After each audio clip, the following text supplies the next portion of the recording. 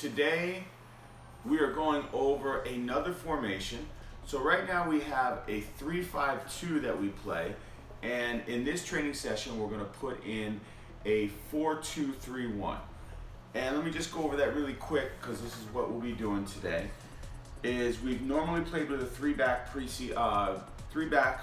system all preseason, but now we're going to put in a 4-back system.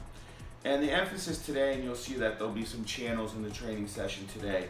And what the channels are there for is, now that we have 4 in the back, if the wing backs are all the way wide, the wingers can start to push up and in towards the striker to make a front line of 3 as the wing backs start to give you your width in your system.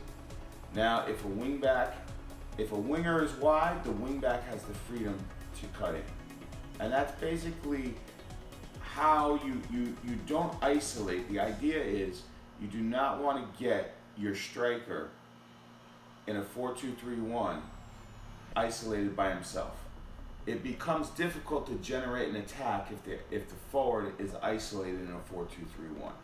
Now, again, what helps you not become isolated is the wingers tuck in, wing backs go up, and the 10 has freedom to move up as well to either replace the striker, join the striker. You would definitely have, at least as a center back split, one of the center mids, maybe the 6 sitting in there. It depends. If you want to play with 2 6s, you can. If you want to play with 1 6 and 2 8s, you're a little more conservative and you let the striker do what he wants. Different, but we feel that a 4-back system is something that's nice to have, and obviously when we're sitting deep, we could play 4-1, 4-1 in a defensive game model. This makes it very difficult on the opponents because that space in front of the back 4 is now nullified because you have that one player sitting in between the lines in a defensive shape. This is the way that I like to do it when we play a 4-2-3-1. Obviously, it can be done different ways. But you'll see in the training session we put this in, and it's a pretty high intensity session. The players cover a lot of ground. Hope you enjoy it. Today is nice and easy. We'll review set pieces. Tomorrow's a walkthrough. We'll be in Maryland, and then Saturday, Sunday's game time. Take care.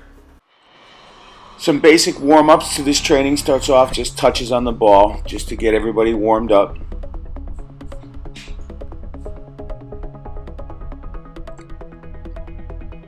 Switch it up now, just guys, switch lines, nice and simple.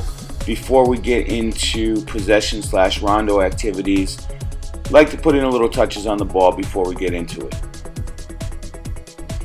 Now you can see this is a rondo game. It uses 12 players.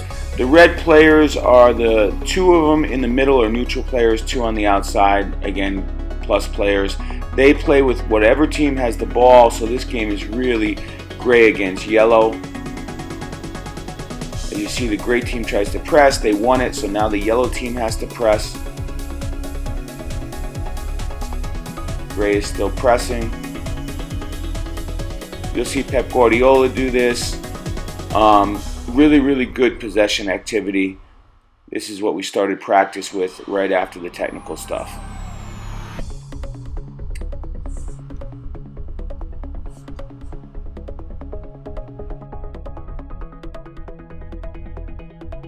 Next, we're on the main session of the day. If you see in pink, those outlines are one-touch zones. That represents the fast area in front of the goal.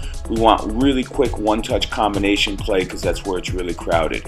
You have 2 channels out wide. You can see in yellow, I want the outside wing back to occupy that channel, or the winger. I don't want both to occupy the same channel. So if the wing back goes wide, the winger will cut in a little bit. If the winger is wide, the wing back can underlap.